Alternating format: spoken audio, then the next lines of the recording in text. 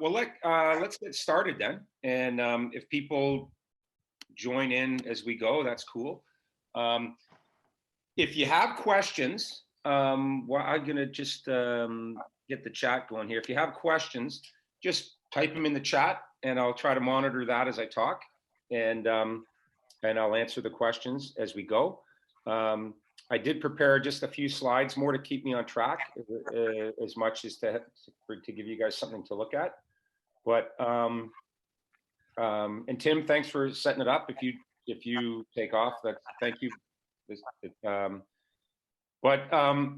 Yeah, so let's get started. So I'm going to share a screen here. Share PowerPoint. Let me share that.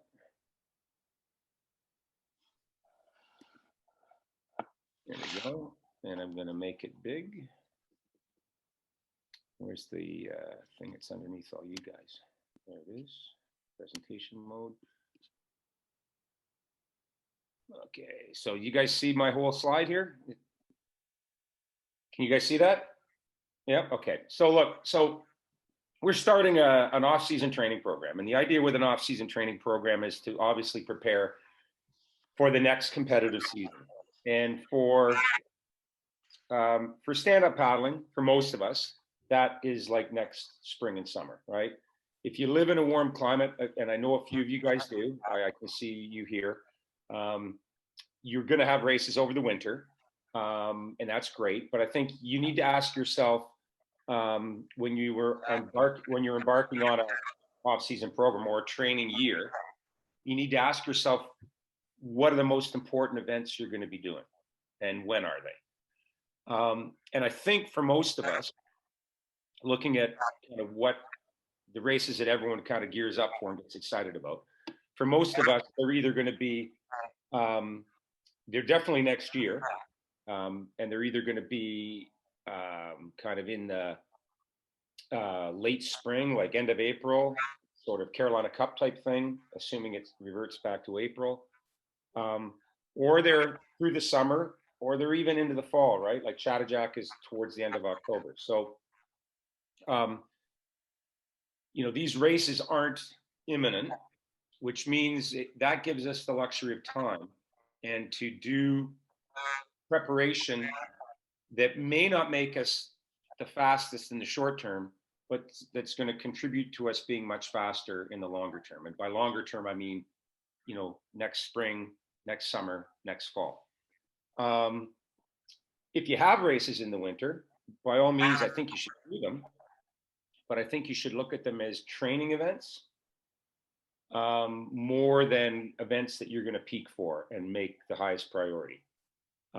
Because one thing, and I don't mean to have this as a discussion about periodization, but if you do any, are you guys getting some feedback? Is that me making that feedback, or are you guys hearing me okay? Yeah, just give me yeah, okay. If you do any, if you look into periodization, you'll see that, and I can do a whole other Zoom if you guys would like at some point on the theory of periodization. But if you look at, any research on periodization, it suggests that there's two models. There's a linear periodization, which is where you have one far off, goal for the year, and then all of your preparation is geared is periodized towards that goal. And then there's a form of periodization called block periodization, which lends itself more to a scenario where you have a few important competitions that you're preparing for throughout the year, and you sort of design training blocks to help you prepare for each of them. But even in that type of periodization, there's really only like, a few major events a year. Like when I work with Connor, I ask him to identify what are your major events, which ones do you care most about. And the first year I worked with him, it worked out that there was an important event like that every 8 weeks. But he was racing far more than that. Like sometimes he was racing at certain points of the year, he was racing every weekend. And so a lot of those races became training events because you can't be at your optimal best every single weekend. If you try to, you end up being very flat in your performance, and none of the events are close to what you could do optimally if you prepared for just one or a few events. And so you kind of have to make a sacrifice in certain events and recognize that they are races that you're going to do your best in. They're races that, as much as possible, you can gear the program towards to help you perform there. But ultimately, you don't want to design work that optimizes your performance there, because it can compromise your performance at something that ultimately is more important to you later on down the road. And so what we're embarking on here in an off-season program is a program that's designed primarily to prepare you for things that are going to happen next year, to lay a foundation that you can build upon when you start to do more race-specific preparation next spring, next summer, next fall. And if you do have any races between now and then, obviously, if you're training with me on the Paddle Monster program, you let me know, and we finesse the program as best we can to help you prepare for that. But if I still encourage you to go and do races, even if you're not optimally prepared, because they're tremendous learning opportunities. They're really challenging, training workouts. Like you work harder in races than you do in workouts generally. So they have great value as training sessions. And you might surprise yourself too and perform, very well, even though you weren't peaked for that event or the training wasn't optimized for that event. And that's really when you know that your training is going good, because you can only do that if you're in tremendous shape, right? If you've already built a high level of fitness. And that's what this off-season program is all about. So the objectives for this off-season program are twofold. They're not twofold. There's going to be two phases to this off-season program. There's going to be an accumulation phase, which is the most important phase.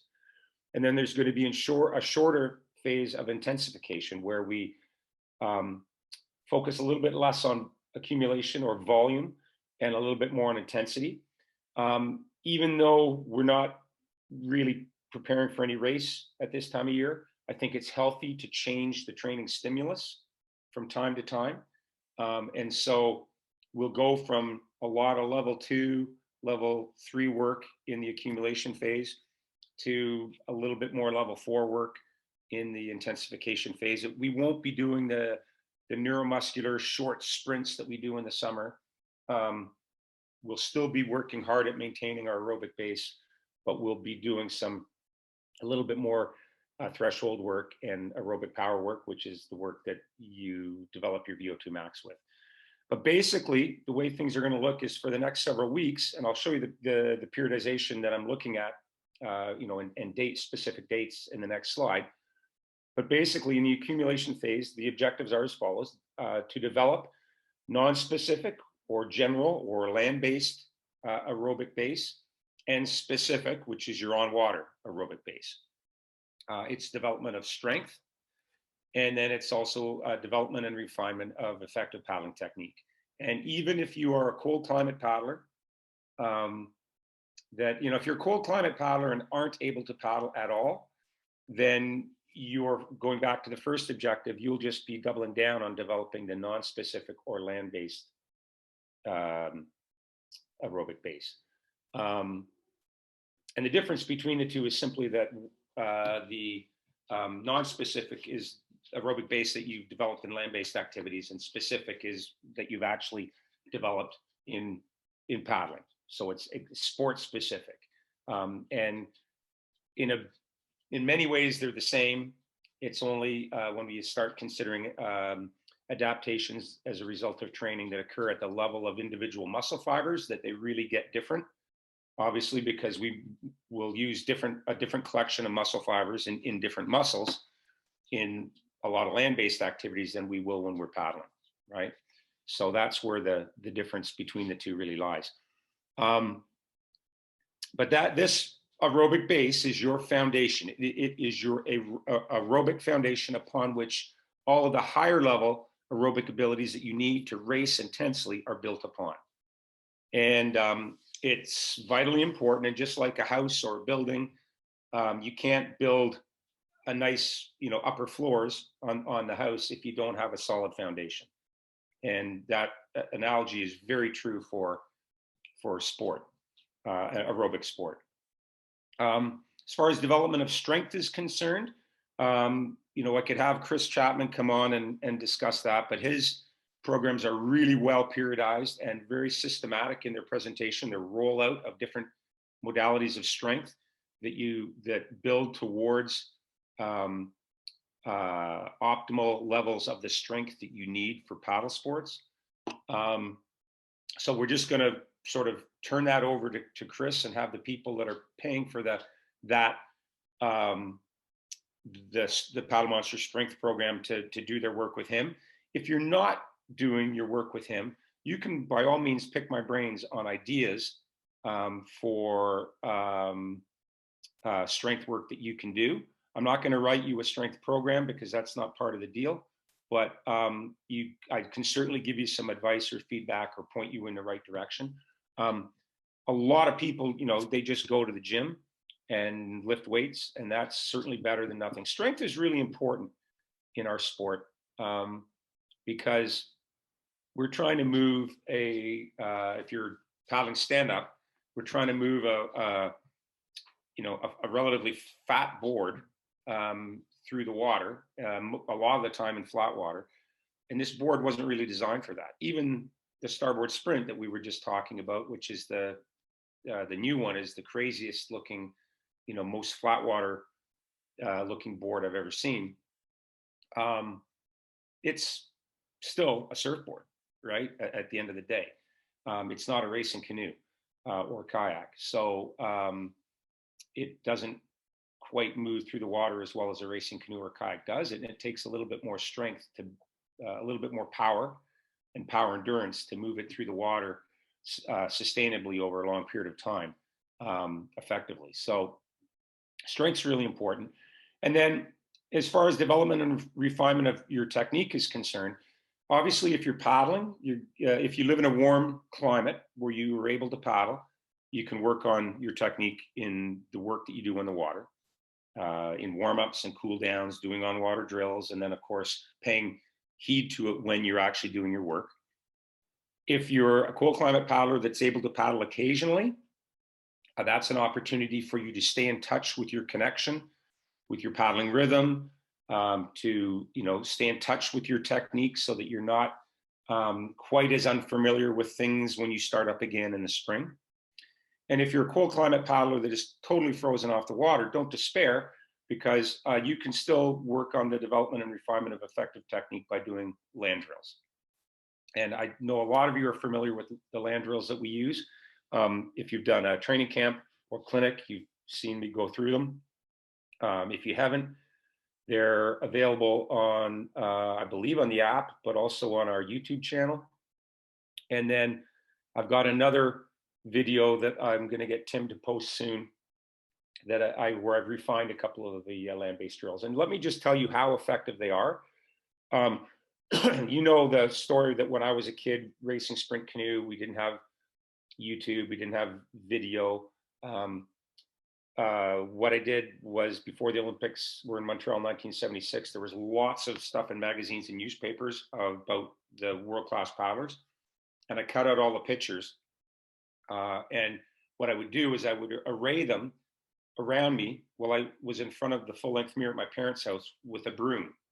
And the broom stick was the same length as my paddle shaft. And the bristles on the end would flex a bit when I leaned on it on the carpet. And I get in my, my C1 high kneel position in front of the full-length mirror, and I have the photos arrayed by part of the stroke around me. So I have all the catch photos over here, the middle of the stroke photos over here, the exit photos over here. And I look at the position the athletes were in the photos, and I put myself in the exact same position in front of the mirror. I check the photo, I check the mirror, make sure I was in the exact same position. I lean on the broomstick a bit so I could feel what it was like. And no one told me to do these things. I just did it because I was a kid and I was super excited about paddling. And there was nothing else to do in the winter when I was frozen off the water. But it made a huge difference.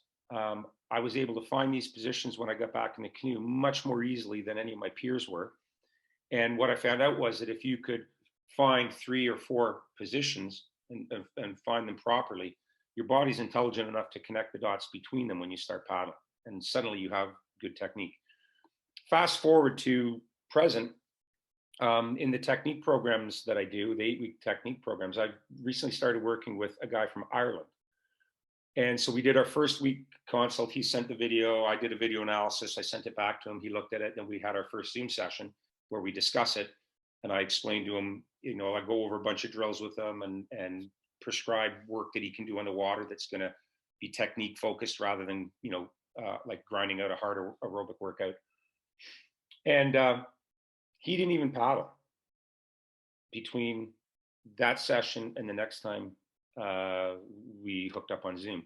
He was busy traveling with work, and for 2 weeks, we were supposed to be every week, and it was 2 weeks before we met again on Zoom, and he hadn't paddled once except for the time where he collected new video and sent it to me that we could use it to discuss in our next Zoom.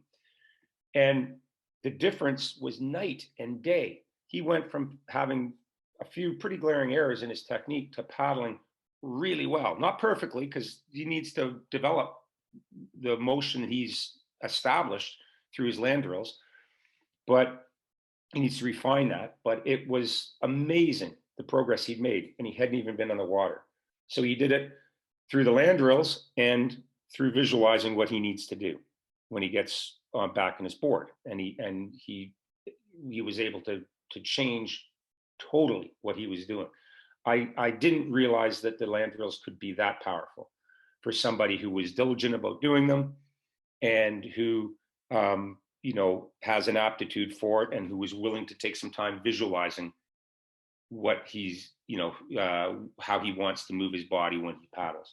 So long story short is that if you're frozen off the water, it's not a problem. It should not impede your progress in any way. I'll make you feel better again by telling you that when I was sprint canoe paddling, we were frozen off the water for 2 or 3 months every season because those boats are unsafe to paddle in the winter on Lake Ontario in big water. And we just spent our time in the gym and, doing my land drills and that type of thing. And swimming, running, lots of cardio work. And we'd always start the spring in amazing shape. Like the highest level of fitness I would have every year would be the day I showed up to the warm water training camp in March to start our on water training for the year. I was fitter then than I was at any other point during the year. And that sounds silly because my races were like in August or sometimes even in October. My specific fitness for my sport, canoeing, and for the distance that I was racing was obviously at its highest when it needed to be, when I was racing at my most important objective. But my general level of fitness was always highest, just, at the end of the off-season program. So if you're frozen off the water and you can only do dry land work, you have a lot that you can accomplish that's going to be yield very positive effects down the road. Okay. So I've sidetracked a bit, but that's the objectives of the accumulation phase. And then in the intensification phase, which will be shorter, and that will be, say, the last 4 to 6 weeks before we get you guys back in the water for the 2022 season. The objectives there are maintenance of the aerobic base that you've developed, and then development of higher level aerobic abilities like aerobic power, or that's your VO2 max. Your anaerobic threshold. So we'll be doing more level 4 work. Continued development of strength and continued development and refinement of technique. Okay. So it's really, you're just shifting gears a little bit and you're maintaining the foundational aerobic fitness, and you're building a little bit on the higher level aerobic fitness that you'll need to draw upon in races in the summer. So this is very much the same as it is, when you look at accumulation and intensification phases if you train with me in the paddling season, right? Where we do a lot of, level 2, 3 work in the accumulation phase. And then when we get into the intensification phase, we still do our level 2, 3 work, but we've got, 3 really hard workouts a week where we're doing higher level, higher intensity work, sometimes even, anaerobic neuromuscular speed type work. So those are the objectives for this year's off-season program. So here's the periodization. Here's what's in store for you. Here's what it's going to look like. For cold climate paddlers, your winter program, your off-season program runs from November 8th to March 13th. So it's 18 weeks of primarily dry land or land-based training, right? If you're able to paddle, that's great. But I don't want you paddling every day, 2 to 3 times a week maximum. Okay. And if you were able to get out 1 week for a couple of times and the next week or next 2 weeks, you can't, that's all good, because your work is supposed to be land-based focused, and your objective is to get, in as best shape as you possibly can. Right. So that's going to be broken down into 12 weeks of accumulation from November 8th, when we started a few weeks ago, to January 30th. And then 6 weeks of intensification, January 31st to March 13th. After March 13th, we're going to start a new program. It's going to run from March 14th to April 23rd, which is, I think, the Carolina Cup weekend. Looking at reports that they're going to move it back to the spring. And so that's on water prep for the race season, right? It's going to be largely base work. So it's going to be largely accumulation type training. But for those people that are racing Carolina, will fit in enough high intensity work that can have you as well prepared as you can possibly be for an early season event. If you're a warm climate paddler, things look a little bit different. Your off-season program, where you have a land-based focus, is abbreviated a little bit compared to the cold climate people. From November 8th to January 30th, which is 12 weeks, I want your work to be land focused. I know you have the ability to paddle every day. I don't want you to. I want you to paddle 2 to 3 times a week. And I want the other workouts to be really challenging, really like hard, high volume or high training load land-based workouts. Okay, with the idea that you're going to work on your fitness in a way that you can't work on it on the water. I'll discuss this in a bit more detail in a subsequent slide. So your periodization is going to look like 8 weeks of accumulation, November 8th to January 2nd. So just after the new year, you're going to switch gears and go to intensification for 4 weeks. Why am I having you go? Why am I having you intensify? Well, I really believe that there's great benefit to changing the training stimulus periodically. And I think that, remember, during the intensification phase, we're still maintaining aerobic base, but we're going to work on a little bit more level 4, introduce a little bit more level 4 work to work on some higher level aerobic fitness abilities as well. And then your spring competitive program was going to get you back on the water at normal kind of competitive season levels starting January 31st. And so you've got a 12-week run into the Carolina Cup, okay, if that's what you're racing, or you got a 12-week run into basically the end of April.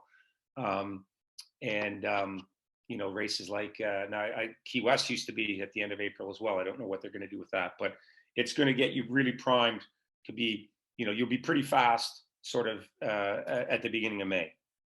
And then you'll be well prepared for anything that follows after that. That work will be periodized as well, with an accumulation phase at the front end of it, and then the intensification later on. Just like if you've trained with me before, all of the paddling work has been done in each training block, okay? So that's the periodization that you can look forward to over, the next, what are we talking about here? 6 months, actually, if we're going right to April. So let's discuss why I think there should be a land-based focus right now. Land-based work, it has the ability to increase your general aerobic fitness better than on-water work.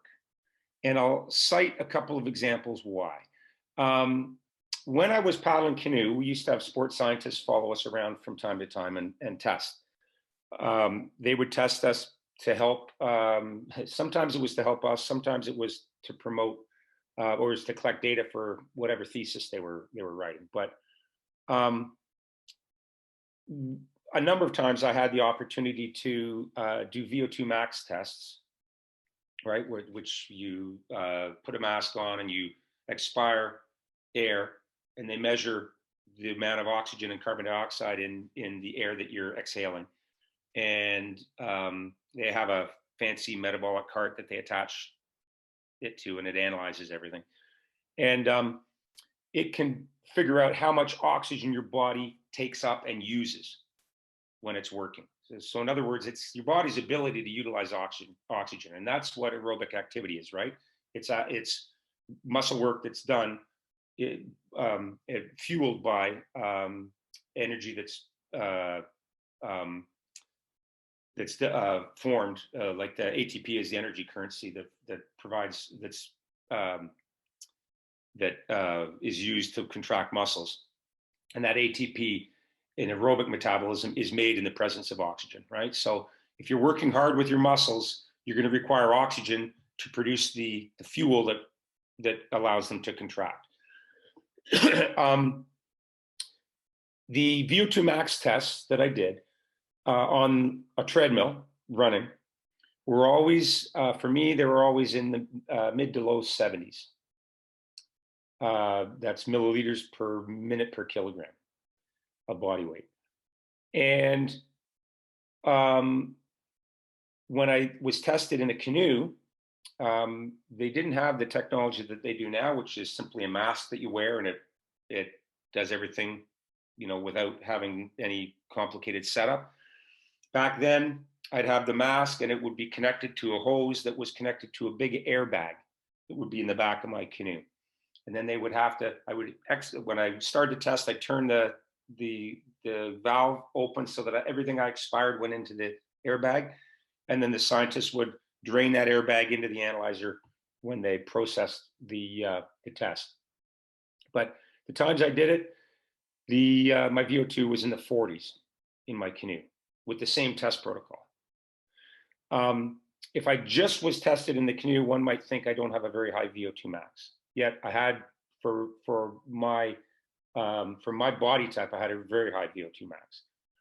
And the difference, which is almost 30 milliliters per kilogram per minute, like substantial, results. The reason for that was simply because in the treadmill-based activity, the running, I'm using bigger muscles.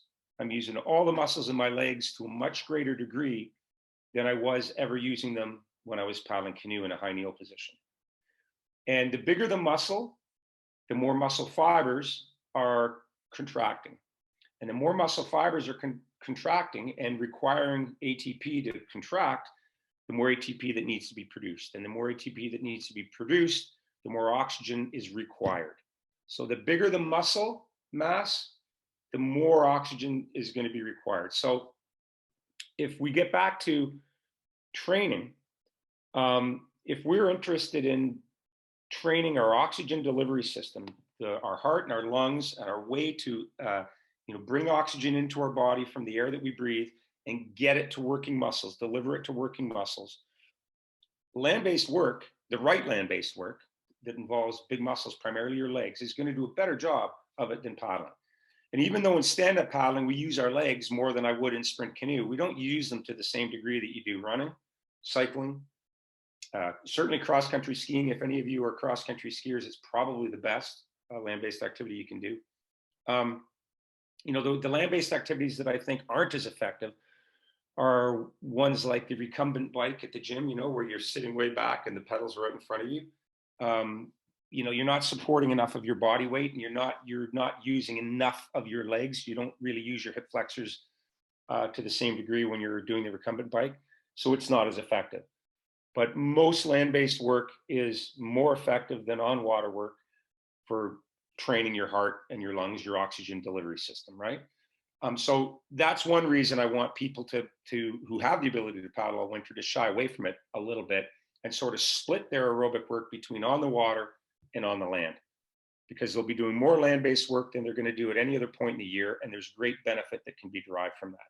It's going to build a strong foundation upon which you can then do more on water work more effectively later on in the year, okay? Second reason I want to have a greater land-based focus right now is simply because it provides a different stimulus.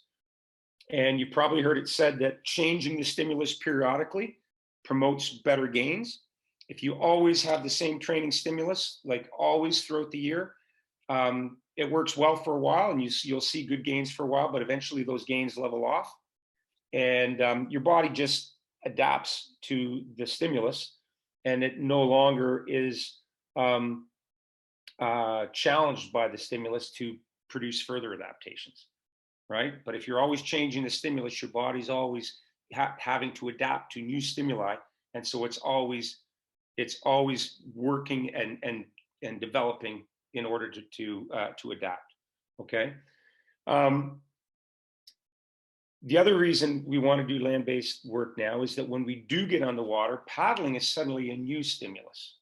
And even if you're paddling 2 or 3 times a week now, when you start suddenly paddling 5 or 6 times a week, that's a big change in stimulus. And that new stimulus, which is paddling, is going to see some big on-water gains, especially if you're doing it on a foundation, a really strong foundation that you built in the winter. Getting off the water a little bit now and not, going crazy trying to paddle every day is going to, I believe, give you a little bit more longevity of your enthusiasm and your motivation and your desire to get out there and push it on the water throughout the entire paddling year. I've seen it happen where people get too excited at this time of year in terms of doing a lot of paddling, and then they get stale later on, down the road in the competitive season when they really want to be anything but stale. They want to be, at their strongest. And when you consider the length of the season that we have in paddling, where Chattajack is in October, I think this is a really important consideration. So in the cold climate, you're doing land-based work and you're supplementing it with paddles 2 to 3 times a week where possible. If it's not possible, it's not a problem. You've got plenty to do and plenty to gain from doing your land-based work. In a warm climate, you're doing land-based work with regular supplemental paddles 2 to 3 times a week. And you could go paddling every day, I'm sure, but I don't want you to. Okay, you'll be doing yourself a disservice if you paddle more and don't do the land-based work. Okay, I should also talk about the gung-ho athlete who wants to paddle every day and do the land-based work. And I'd discourage you from trying to do that as well, for the simple reason that there's limits to what you can do and do well. And it's gonna, I should mention this now too, because when next week, we're gonna start increasing the load a little bit more and starting to, the first 2 weeks of the program were adaptation. It was to get people sort of in the mode of training again after a period of active rest at the end of the season. And now we want to start to increase training a little bit, but we're going to increase it fairly slowly. We're not going to go suddenly have you doing, 4-hour paddles or 5-hour paddles on Saturdays, like we were doing pre-Chattajack. You could do that, I'm sure. But the problem is we want to leave room to grow with the load in the program, right? And if right out of the gate, we start with super, super high volume, where are we going to go from there? We want our training to be progressive. We want to, start here, the next week be a little higher.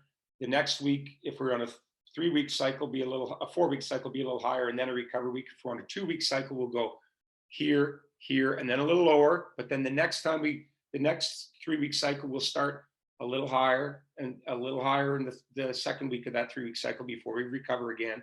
And then the next cycle will be a little higher and a little higher. So we're constantly progressing in terms of training load and our body's ability to handle that training load and benefit from that training load.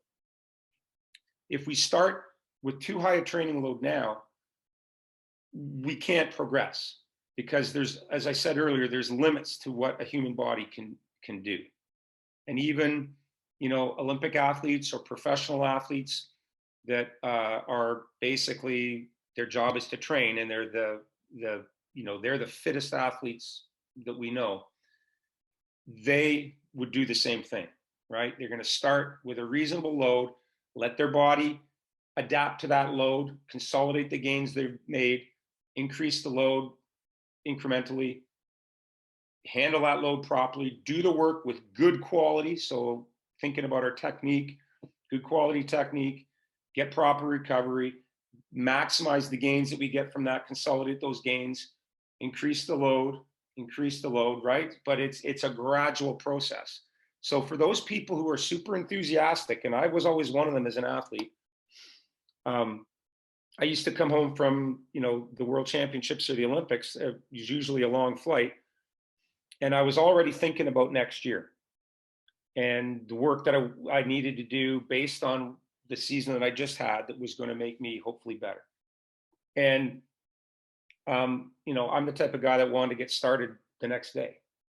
But that's not the right thing, right? I needed to take a little bit of active rest, and then I needed to start in a sort of a patient way where the load, it was increased in a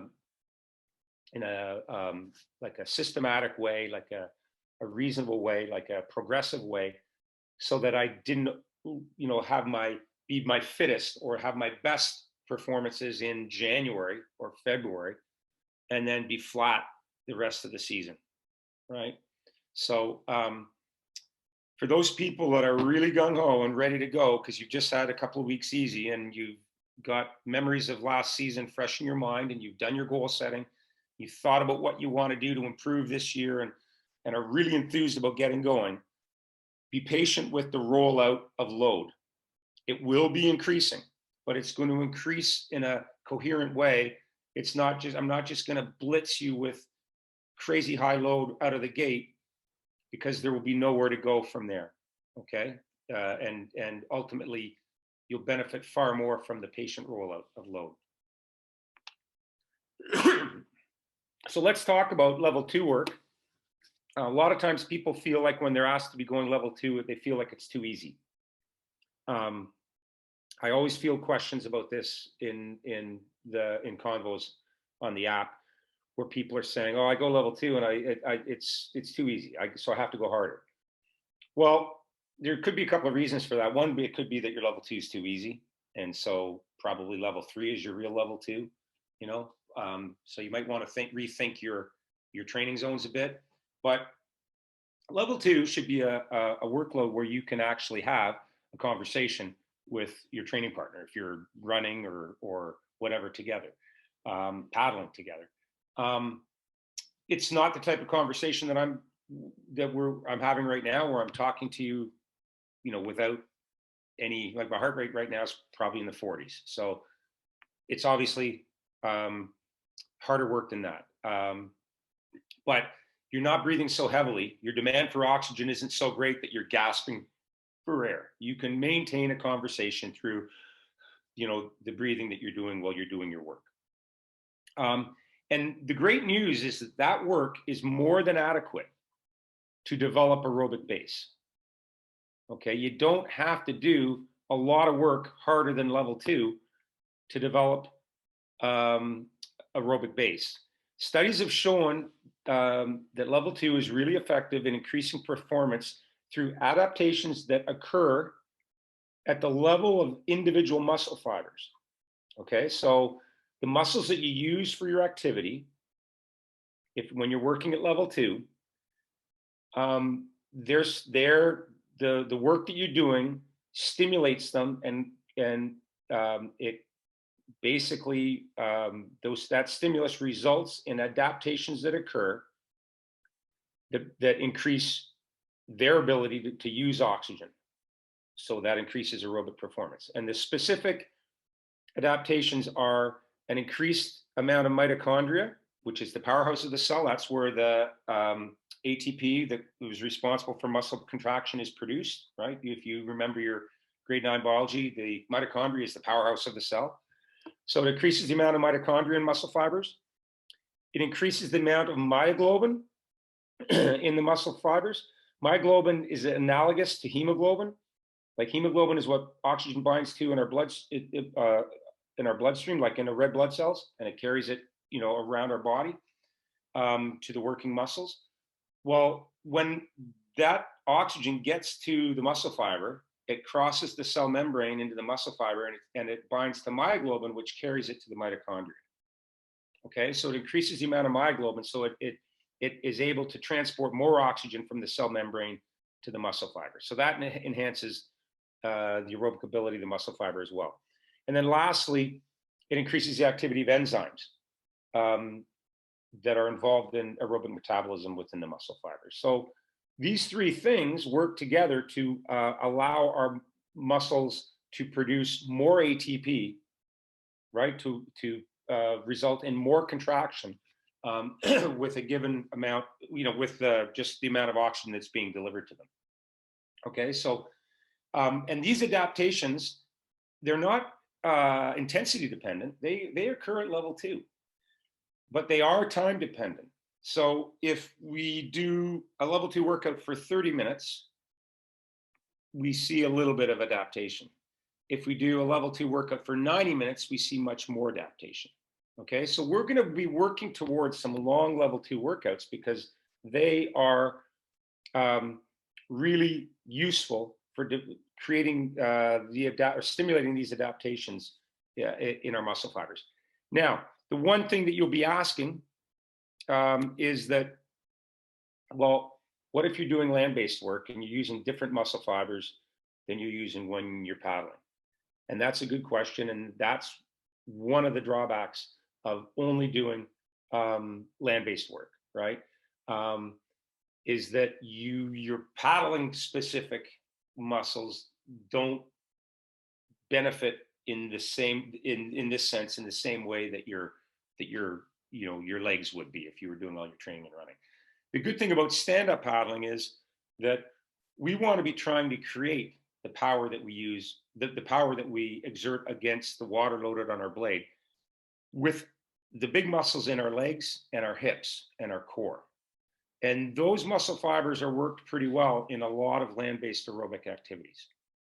Okay. And then if you end up doing, like an activity like cross-country skiing or swimming or something like that, for your land-based work, you're using your upper body muscles that you use when you're paddling a lot in those activities as well. So, we do the best we can to pick the right exercises. I do believe in a variety of exercises. This is one thing I haven't put in any of the slides, but I would like to tell it to you now. Please don't do all your land-based work in one activity only, especially if you haven't done a lot of land-based work in the past. I don't want to see anyone develop an overuse injury. So for example, if you chose to do if you're a cold climate paddler and are going to be doing cardio 5 or 6 times a week, and you choose to do it all in running, and some of the workouts get pretty long, I'd be seriously concerned about your ability to get through the winter without getting some type of injury, whether it's like shin splints or tendonitis in your knees or something like that. We want to avoid that. So what I recommend is that you have 2 or 3 different activities that you do, that you enjoy doing, that are effective, and that you alternate between them. So when I was paddling, we used to do running and swimming. Those were our main activities. And we built up to being able to do a high level of running. More recently, I don't run as much anymore just because I'm older. My knees have been through a lot. But what I'll do now is in a 90-minute cardio workout, I'll do 30 minutes on the treadmill, 30 minutes on a bike, and 30 minutes on a rowing machine or something like that. So I'll mix it up. I strongly suggest that if you don't have a really a high background, like a really good strong background in running, don't try to do all your work in running, because I'm afraid you'll injure yourself. Okay, so mix up the activities, and that will also help to encourage the adaptations that occur at level 2 in muscle fibers to occur in a bunch of different muscles, right? If you're using different muscle groups in different activities, you're kind of hitting all the different muscle groups. And then what about the role of higher level work?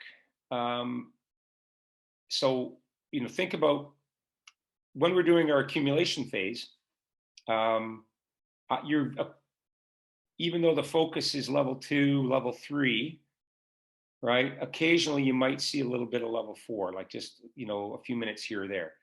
And so my explanation for that is simple. The first is that paddling is a complex activity, right? And it involves lots of higher level aerobic abilities. It requires us to be able to paddle at threshold. It requires a high VO2 max. Level 3 work, which to me is essentially like a really hard level 2, it begins to address some of these higher level aerobic abilities while still encouraging the adaptations that occur at level 2 that we've just discussed. When we see little bits and pieces of level 4 here and there, that work addresses higher level aerobic abilities like anaerobic threshold and aerobic power or VO2 max. It also reflects the reality of racing, where you have to go harder than you're often, paddling at level 4. The bits and pieces that you see of level 4 in the accumulation phase aren't really enough to really tax your nervous system or to make you fatigued or to be counterproductive in any way towards the stuff that we're trying to accomplish at level 2, 3. But what they're going to do is they're going to help us prepare for the intensification phase that will be following the accumulation phase, and develop a little bit of comfort with higher intensity aerobic work. Okay, makes things a little bit more interesting. And like I said, we're not doing much of it. It's going to be a couple minutes here, a couple minutes there, but it's enough to sort of it helps you stay in touch with the reality of paddle racing, which is varying your tempo at various points in a race, right? Whether it's we talked about this in the Chav Jack Zoom, whether it's to the work you do at the start of the race, or whether it's going harder to try to catch up, or to catch up to a draft train, or to drop somebody from the draft train, or to start to build for the finish, whatever. These are the realities that we see when we're racing. And I like athletes being able to always be sort of in touch with those realities, rather than just always doing low level steady state work, because even though that's really effective for the time of year that we're training in, that's not what we do when we're paddling. And I do like you staying in touch with the type of, the mindset, the, what it feels like, the toughness that's required to, take it up to level 4 for a period and then bring it back down and back into level 2 or level 3 pace, even if it takes your heart rate a little bit longer to get to level 2. Okay. In the intensification phase, we're going to see level 4 work 3 times a week, just like we do in the summer when we intensify, but we're not going to see much anything in the way of level 5 right now. It'll just be some harder level 4 work, and there won't be the same degree that we see in the summer. We'll be doing enough to provide a new stimulus, but we'll still be, some of the harder workouts will still be, the heavier workouts will still be the ones designed to maintain aerobic base at level 2 and 3. Those will still be the longer ones. Okay. I apologize if anyone has any questions, because I have my PowerPoint on full screen, I can't see the chat, but I'll address any questions you have at the end. Testing. If you've been training on the program that I've set, you've already done your first bout of testing, or you should have. If you are training on your own program, you should be listening to everything that I'm saying and try to build these things into the program that you write for yourself. Testing is an important element of the training program, really. And testing is simply repeatable and controllable tests that you can use to assess fitness baselines when you start, and then assess the progress, the progress of your fitness and the effectiveness of your training as you move forward. We're going to be doing them every 6 weeks, or with the introduction of a new training phase.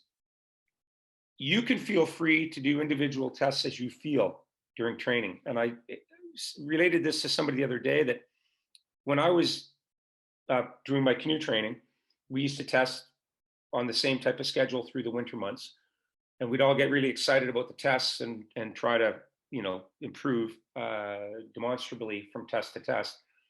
But I used to, if I was in the gym doing a strength workout and I felt really strong on a given day, I might set up one of the tests and bang off the test. So say, the 75% of your body weight bench press, I might say, okay, you know what, I feel really strong. I bet you I could do a PB today.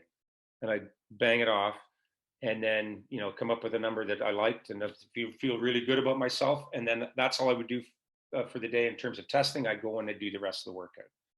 And I have no problem with you doing that. I like it when people are goal oriented and, like really embrace the testing, because testing is a performance and racing is a performance.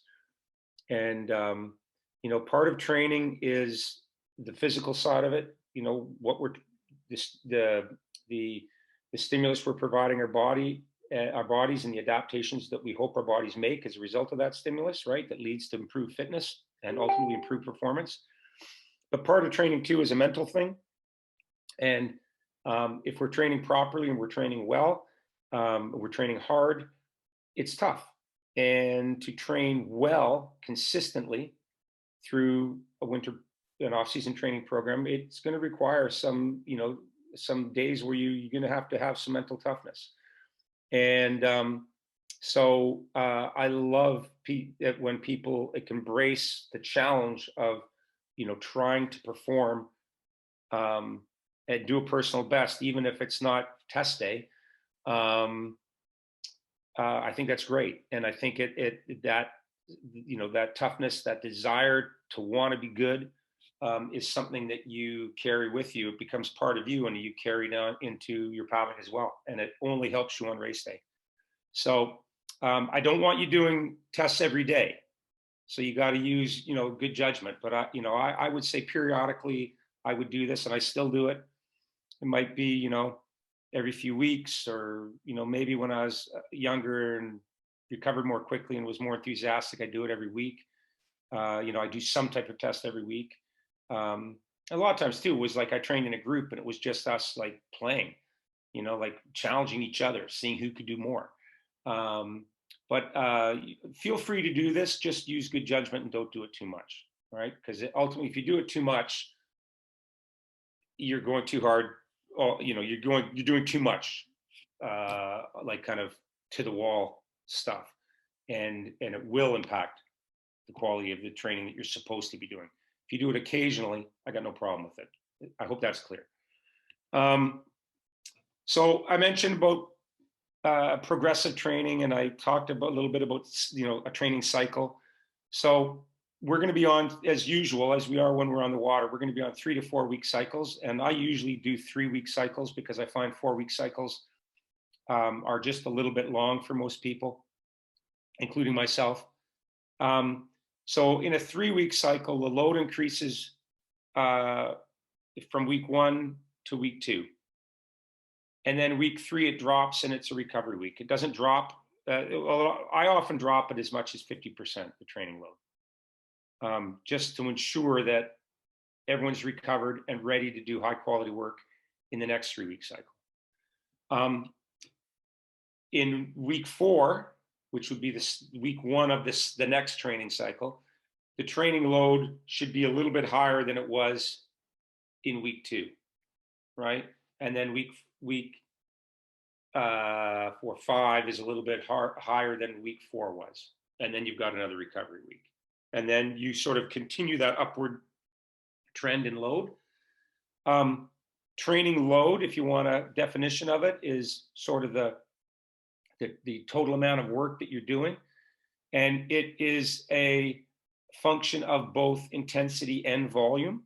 As volume increases, intensity tends to decrease. And as intensity increases, volume tends to decrease. They tend to be inversely proportional. But so training load can increase and volume doesn't necessarily have to increase, because we can introduce new work that is slightly more difficult, a little bit more intense, right? Like we can go from all level 2 work to partly level 2 and partly level 3 work. and if it's the same, for the same duration of time.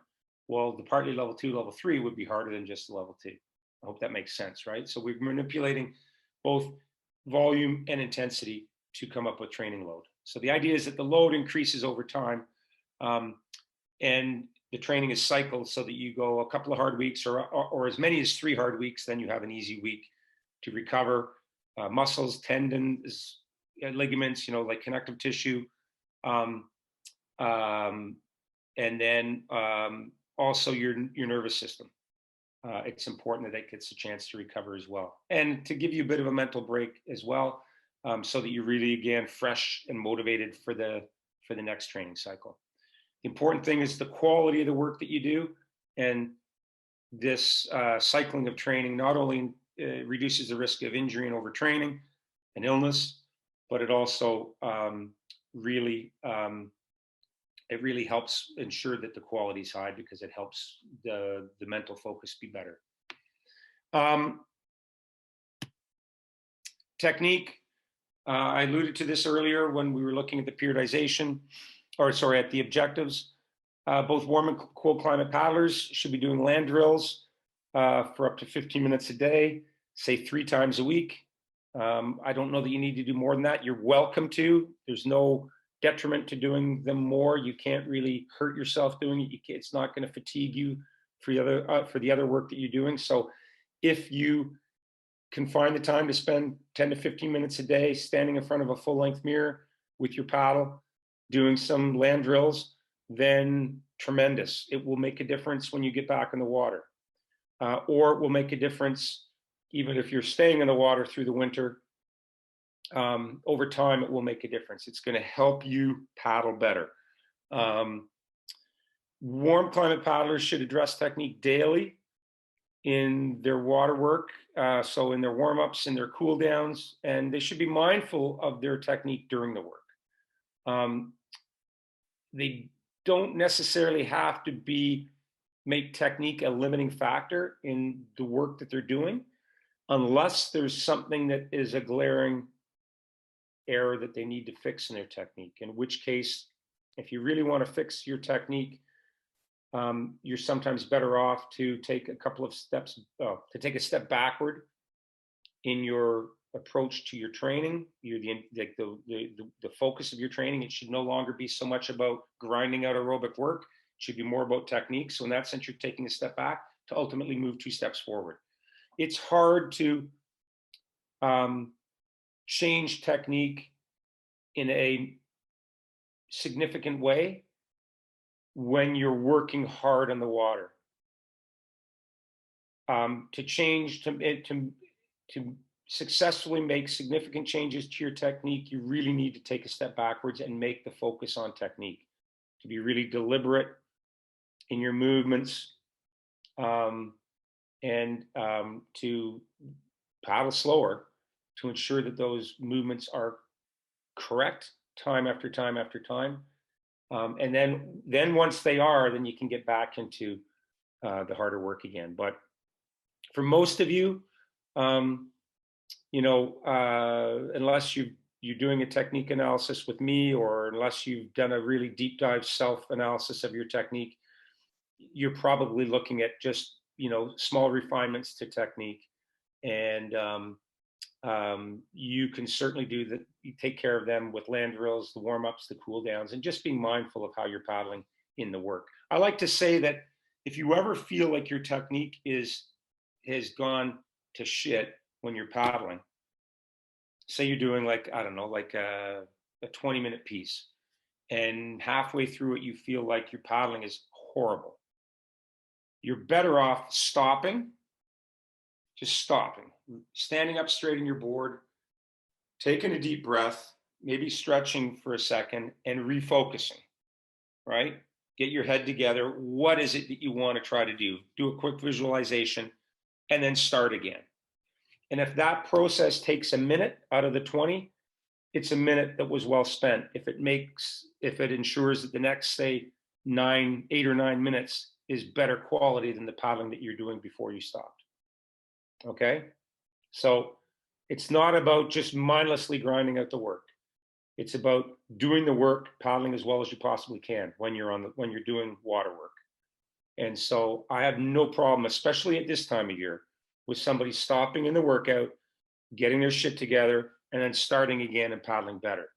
It's it's it's it's a real investment in good paddling that will pay big dividends. Okay, so be mindful of that if you're able to paddle through this period. Okay. And the last thing I just want to do, and I kind of alluded to it at the beginning, is I really want to stress the importance of off-season work. It's really vital to success in the summer competitive season. I can tell you that, over the years, primarily watching, well, doing it myself, and then watching other sprint canoe kayak athletes, and seeing an athlete who finished the season at this level, and then watch them go and do like the greatest off-season winter training and come out the next season and be at this level. Okay, and make, a huge, significant jump. Now, a lot of the time that was happening because they were young and they were growing at the same time. And so that had to be taken into account. But I also saw it repeatedly in athletes that had already grown. They were in their 20s. And they finished the season here and they started the next season like here. And it was like night and day, the difference. And it was because of the work they did in the off season. So, when you think about it, for starters, doing that work is going to make you better. The second thing is that more people are doing some type of off-season training now than they used to. So if you don't do it, you're likely to get left behind by someone else who is going to be making some type of jump by the work that they've done. Obviously, if you're comparing, yourself against those other people who are doing off-season work, you want to make sure that your off-season work is better quality, better, that you did more of the work. You were more consistent. You missed fewer workouts. You just made a bigger commitment to it and paid a bigger price, right? That's going to get you further ahead. And it's certainly going to get you further ahead than the people that don't, they hang up the paddle for the winter and they don't really think about paddling. They might go to the gym. They might, they live healthy, active lifestyles, but they don't really train until the next paddling season starts. So you're getting way ahead of those types of people. Like, as I said, I see huge difference in the performance of athletes who do high quality off-season work and those who don't. One thing that's great is that it allows you to get into high quality work on the water much more quickly, much earlier than you'd be able to if you didn't train well during the winter and the off season. It definitely is going to make you better prepared for the early season races. I mentioned already a few times how long the season is. We get on the water, we have our first races in April, and we're still racing in October, late October, sometimes later. That's a long, long period of time. It's a long season. Even the people that don't perform well early in the year because they didn't really do their homework over the winter, eventually, they can be pretty good at the end of the paddling season because they've got 6 months of paddling ahead of them, right? So they can, over time, they can, if they're really committed during the summer, they can really improve and be very good at the end of the year. But if you're interested in being good out of the gate, it really is important to do the off-season work. There's no shortcut. There's no way to be good then without doing work during the off-season. And then obviously it provides you with a base that allows you to train harder for longer periods of time. I've mentioned again how long the season is and how hard it is to be good all year. It's just, when I started working with Connor, I told him that some people are really good at the beginning of the year and they might be good still in the middle of the year, but they tail off at the end. Other people aren't so good out of the gate at the beginning of the year. They start to find their groove in the middle of the year and they're really good at the end. I said, you want to be the guy that's good all through the year. And it's possible to do it if the program is properly periodized and if you've got the base upon which you can do that work that's required in the summer. Having this kind of base that we develop in the off-season training program really helps you cope with the challenges of a full paddling season, and helps you sustain that good form through the entire season. The work still needs to be good during the summer and properly periodized and that type of thing. It's not like you can just go on cruise control in the summer, but it does protect you from the chances of overtraining in the summer, of getting injured in the summer, of getting stale and tapering off in the summer. It can make a big difference. So it's really worth doing. So I'm going to stop this share here, and I'm going to go back to the page. And okay, good. We got a bunch of questions. Okay. Okay. Well, it's okay. We're talking about the feedback. Would plyometric and reactive based drills be good for land-based level 4 cardio? Danielle, yeah. You know what? I haven't mentioned this, and I don't mention it because Chris Chapman does the strength work for us, and I leave that to him. But if you're doing your own stuff, or you're sort of a lot of you are following my work for the paddling and the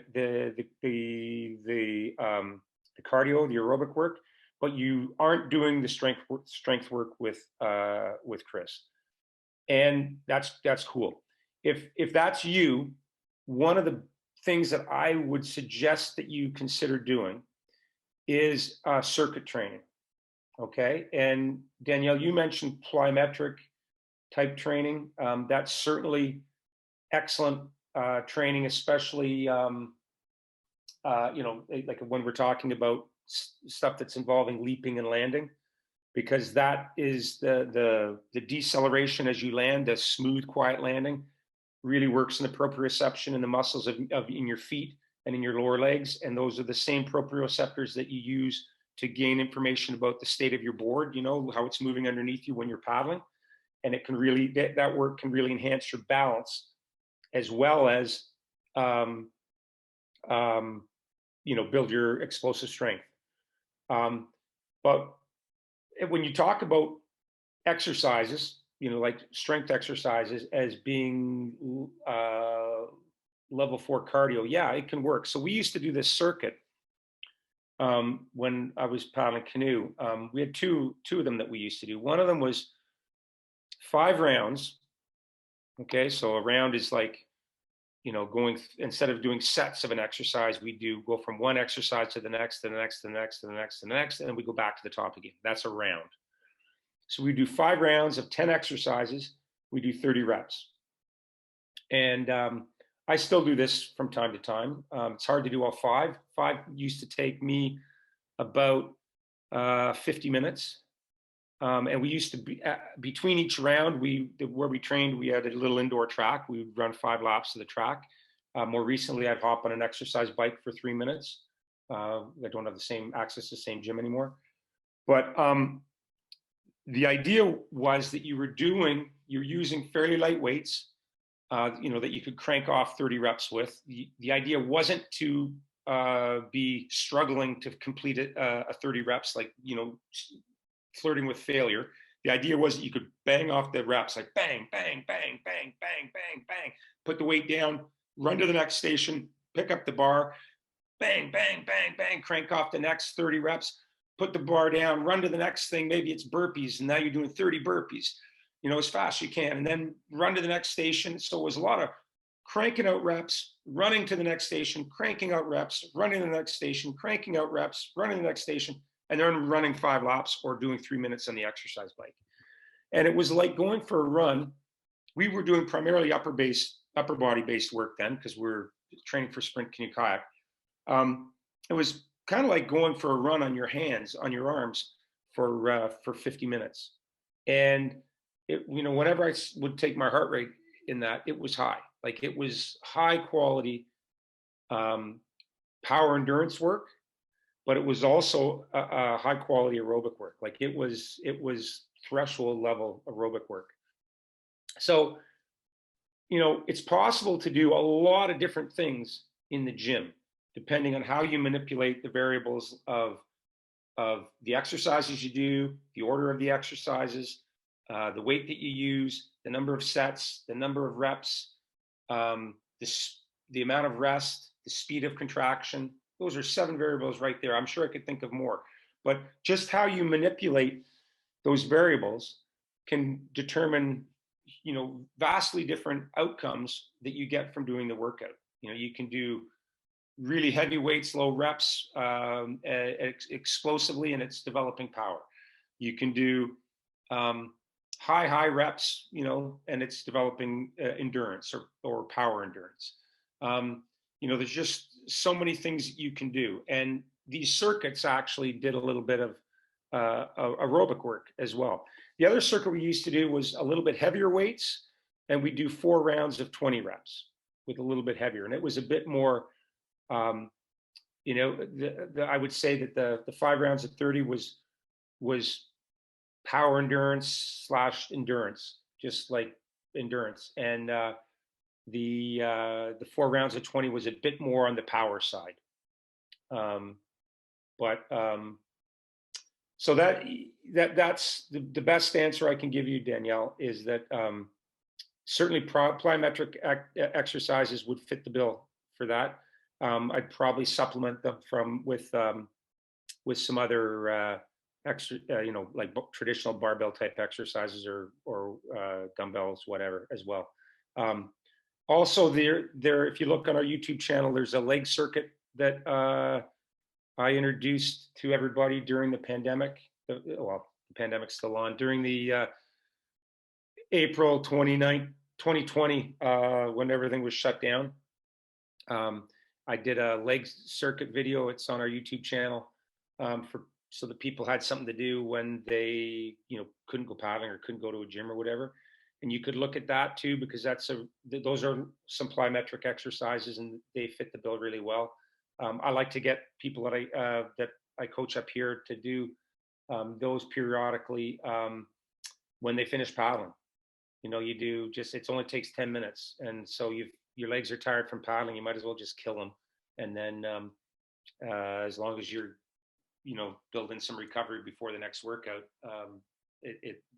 it can be really good stimulus. Mark, can you talk about minimizing the detraining effect when weather or work issues prevent us from training for a period of time, several days? Okay, so the first thing I'm going to say is that if you engage in a training program and you've been doing that program consistently for a period of time, and I guess for a period of time, the bare minimum would be like, say, 6 months, and better is like a few years, right? It really bulletproofs you in terms of being able to miss time for work, for family reasons, for illness, for injury, and still be able to perform at a high level when you come back. It really protects you. You have this cushion, this ability to miss time. And yes, it's difficult when you come back. Say, you come back after 3 weeks of having missed time, and you do your first couple of workouts, and you feel like you feel bad. You feel like your muscles aren't. You feel like you're not strong. You feel like your muscles get really, really sore and tight and stiff from doing the work. If it's aerobic work, you feel like you're going to cough up a lung and your heart's going to pound out of your chest. But that only lasts for a day or two. And then all of a sudden, you're back in the swing of things. And oftentimes, your work is even better than it was before you had to take your little hiatus, because you're somewhat rested.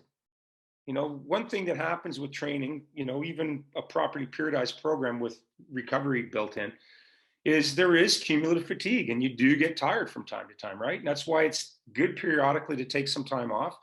like have a double day off, or like after a big event, I often say to people, we'll take 2 days off before you come back or to training, or that's why it's good to take active rest at the end of a season. But if you've got this foundation that you get from training hard, and I'm not just talking about off-season training, but I'm talking about the whole year of training. It does provide you with a little bit of a cushion, so that if you do have to miss training for a few weeks, it shouldn't have a great impact to your fitness. You can pick up pretty much where you left off and very quickly get back into the training routine and feel good, and your fitness really shouldn't take that big a hit. Now, if this is happening repeatedly on an ongoing basis, and you end up taking more time off over a long period, like a 6-month period, than you end up training, that's a different matter, right?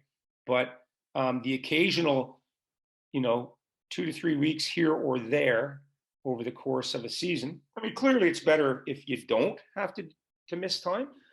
But I mean, we're all adults here. We have families, we have jobs, we have other commitments, and it's hard to never miss a workout. And so the first thing I want to tell you is that it happens, and it's okay. The second thing, it's okay if you're doing the work, if you're doing your homework on a day-to-day basis. The second thing I'll tell you is that all any of us can do is the best we can. And sometimes our hands are tied by circumstances and we can't do as much training as we'd like, but we figure out what we can do and then do it really well. And that is better than doing less or not doing it at all. And then if you do have to miss time because of weather, work, whatever, ask yourself what you can be doing instead. So if you miss doing the training program as written because of travel or whatever, are there things that you can do while you're on the road that at least mitigate the time that you're missing to some degree? So, do you have stuff that you can pack in your bag that can allow you to do a little bit of training in your hotel room? Resistance bands, anything like that. Pack running shoes for a business trip, because you might have an opportunity to sneak out of the hotel and go for a run. Or just a lot of hotels have a little gym and they usually have a treadmill in it. You can go down and do the treadmill, or maybe go down and pound out something on with the weight setup they have there. And maybe it's not anything close to what you would be doing in your normal program at home, but it's something. And again, like you can't say to your boss, I don't want to go on the business trip because I don't want to miss my workouts. You go on the business trip, but if while you're on the trip, instead of just doing nothing training wise, if you can do a little bit of something every day, even if it's only for 20 minutes or 30 minutes, that's going to really minimize the impact of missing time. And it's going to make it that much easier for you when you start back. Remember, I told you about how hard it is sometimes when you miss time. The first couple of workouts, you start, like I can remember being sick for, like over a week when I was paddling canoe, and then coming back to training. And the first workout back was that circuit that I was talking to you about. And I can remember feeling like I was going to die and doing it like so poorly. And seriously thinking like I was going to have a heart attack while I was doing it, because I could barely breathe, could barely stand up. I'd be dizzy. Felt like my heart was going to pound out of my chest. And it only lasted a day or two, and then I was normal.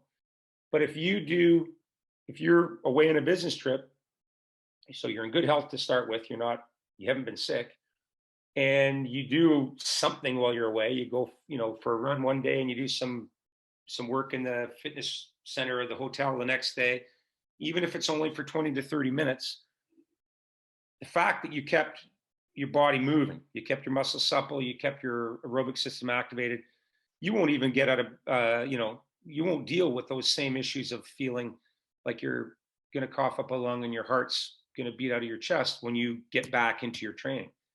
You'll just pick up where you left off, right? So it's a good question. It's something that, these things are things we ideally want to try to avoid, but let's not kid anybody. They happen to all of us. And the idea is that we just do the best we can and then get back into the training program as quickly as we can. Every workout you do you should look at it as moving you closer to your goal. And, when you miss a goal, it doesn't necessarily mean it pulled you away from, when you miss a workout, it doesn't necessarily mean it pulls you away from your goal. It just means you didn't move further forward that day. But, all I can say is that if you build yourself up to a high level of fitness through the training that you do, that level of fitness is never erased in a relatively short period of time, that is a business trip, a family vacation, or whatever, right? It only is erased when you basically no longer train anymore. And over time, it will be erased. It's not going to even be erased immediately, but if you trained really hard for 3 years and then over the next year, you missed more workouts than you did, your fitness would decrease appreciably, right? But if we're talking about somebody who's a pretty committed trainer who misses some time here or there, that's why one of the reasons we train, so that we can miss that time and it not impact us negatively. Matt says, you mentioned training load and translating that into hours. How would you determine a starting point, and what would you expect as an annual amount? Okay, this is a good question, and it's obviously depends on the individual and the level you're training at. And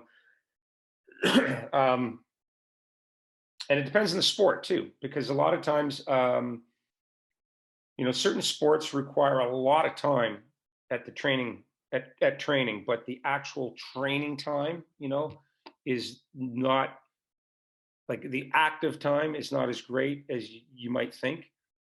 So for example, like if you're a gymnast or something, you're at the gym all day or for long periods of time, but you're not nonstop doing your routine. You do your routine, you talk to your coach, you look at some video, you stretch, whatever, and you do some more work. It's totally different than a marathon runner going out and running, which is nonstop training, right? So for what we're doing, it depends on the time of year. It's funny, I haven't really added up the time in a given week, and I probably should. I tend to look at the time in individual days, and I kind of know what I always want my Monday, Tuesday, Wednesday, Thursday, Friday, Saturday to look like. And then I just play with the amount of time within those days. But, if you're strength training 3 times a week, you're probably looking at anywhere from 45 minutes to 90 minutes of strength, including the warm up and cool down, and depending on what level you're at. So, that's as much as, kind of 2 hours in a week to 4.5 hours. And then for your paddling, most workouts that I give you can be done in about 80 minutes, sometimes maybe 90. Sometimes less than that, obviously. But there's really only when we get into, doing those long pre-Chattajack workouts that we're on the water for, longer than 2 hours. And, but if you're doing, if you're training 4 times a week, so you're looking at, probably 5.5 hours a week of paddling. And if you're training 6 times a week in the water, then, and I don't know that you need to in stand-up paddling train more than that, because I do think there are diminishing returns to trying to do more. I just think that it's a demanding sport on your muscles and on the nervous system, which controls those muscles. And I think you can build up a level of cumulative fatigue that might be hard to get out from under. So you might be looking for someone to train 6 hours a week, you might be looking at 8 or 9 hours of paddling in the water at the most. And then, the cardio is kind of the same. If we're looking at by the way, that's in the summer, right? The 8 or 9 hours. So at this time of year, I'm looking at paddling is going to be, kind of 2 to 3 times a week. So we're looking at anywhere from 2 to 4 hours of paddling a week. And then the cardio work is about the same, 2 to 4 hours, maybe a bit more if you're not if you're a cold climate paddler that can't do on water work. You're going to be doing more cardio. Or you're going to be doing closer to, say, 5 to 8 hours a week, maybe. But and then for over the course of the year, geez, I mean, I can't really do that math, but off the top of my head, but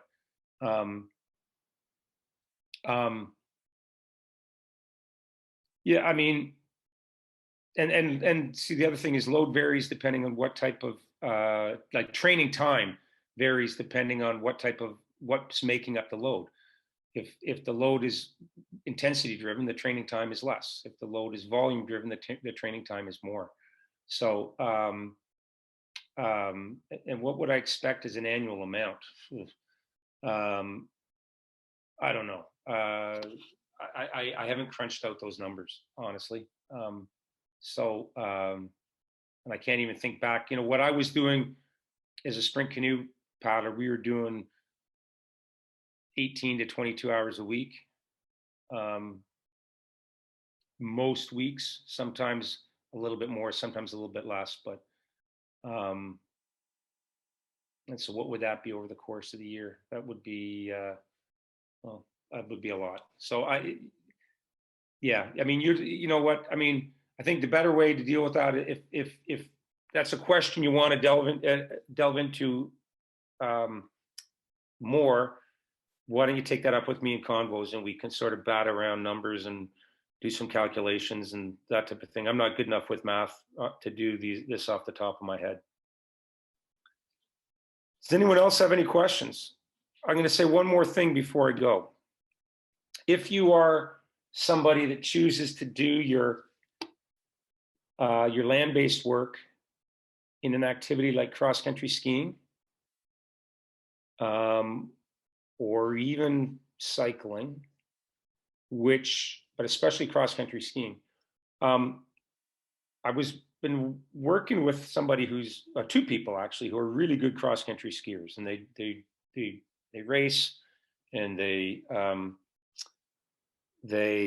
plan on doing a lot of their paddle training or their land-based training on skis. And I cross-country ski, but I don't cross-country ski often enough or well enough to really know what the number should be. I just know that it's different than running, for example. I'll just use running as the example. And so I kind of think that if I say 30 to 40 minutes of running, that's probably analogous to about a 60-minute ski workout. And I don't want to suggest that I don't want you to think that I'm saying skiing isn't as hard as running. On the contrary, for me, it's harder. But one thing that skiing has is it has this gliding element to it. And it has, also it's hard to go steady in skiing because sometimes your effort is dictated by the terrain that you're skiing on. But the two guys that I was working with, they kind of thought, and I'd asked them about it because I wanted their opinion. They kind of thought that you could increase slightly the amount of training time for, say, like a level 2 workout for them on skis than it would be if they were running. And so we kind of came up with 30-minute run, 40-minute run was about an hour skiing. You go out skiing, I even think this, if I go out skiing, I don't go for 40 minutes. Like because it's over and it's done. And I don't have skiing right out my back door. I have to drive somewhere to do it. So when I ski for like 90 minutes at least, right? Um, and that a 60-minute or ish cardio workout, 60 to 70 minutes, was probably more like 90 minutes, maybe a little longer skiing. And the output is the same, the heart rate's the same, the level's the same, but and so one would think, well, it should be the same amount of time. But I just think that, like, running, unless you're a marathon runner, like, running's a pounding thing, right? And it's there's limits to what you can realistically ask somebody to do in terms of a running workout. But a skiing workout, it's a hard activity, but it doesn't have the same degree of pounding that running has. And the gliding aspect of it always, to me, makes it seem like I can do more, even though it's more of a full body exercise than running is.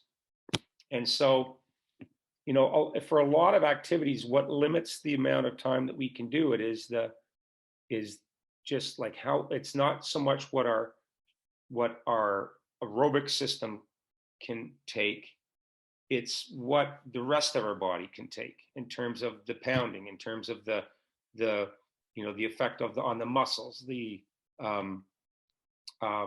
effect on the joints, this type of thing, right?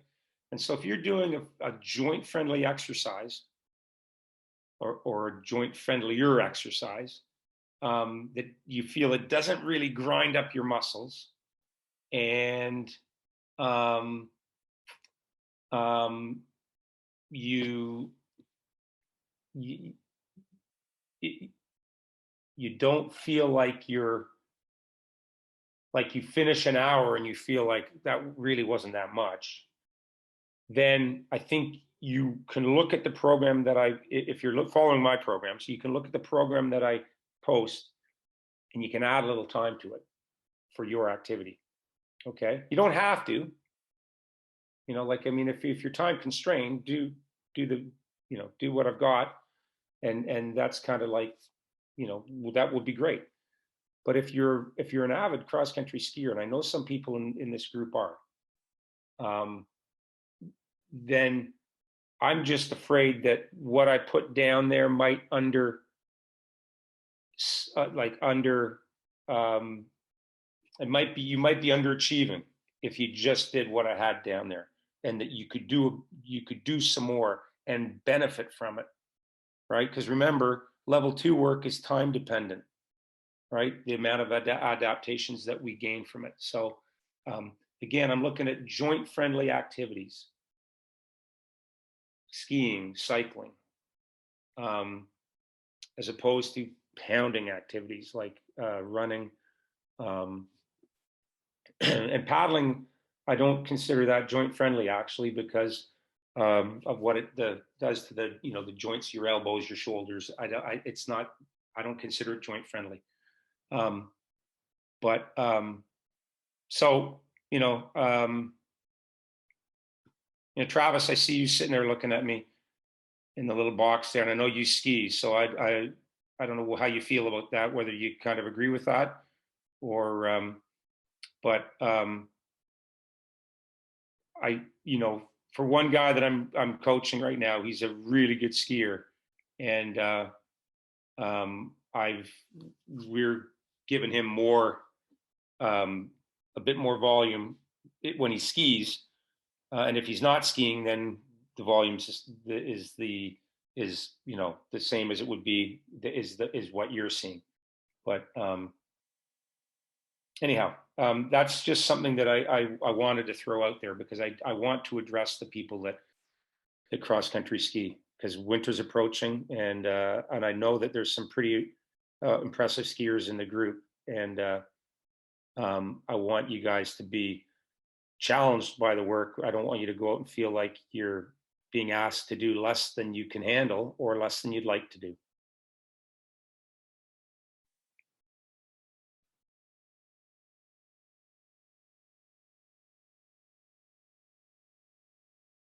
Sorry, I'm just reading the question here.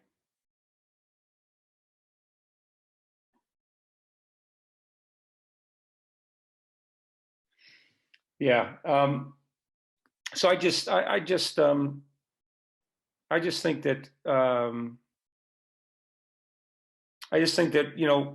what we're about to embark on, it's a big, it's as all training is, it's a big commitment in terms of time, and but we do it, I think, because we enjoy it. That's why we're all here, right? We wouldn't be doing this if we didn't enjoy it.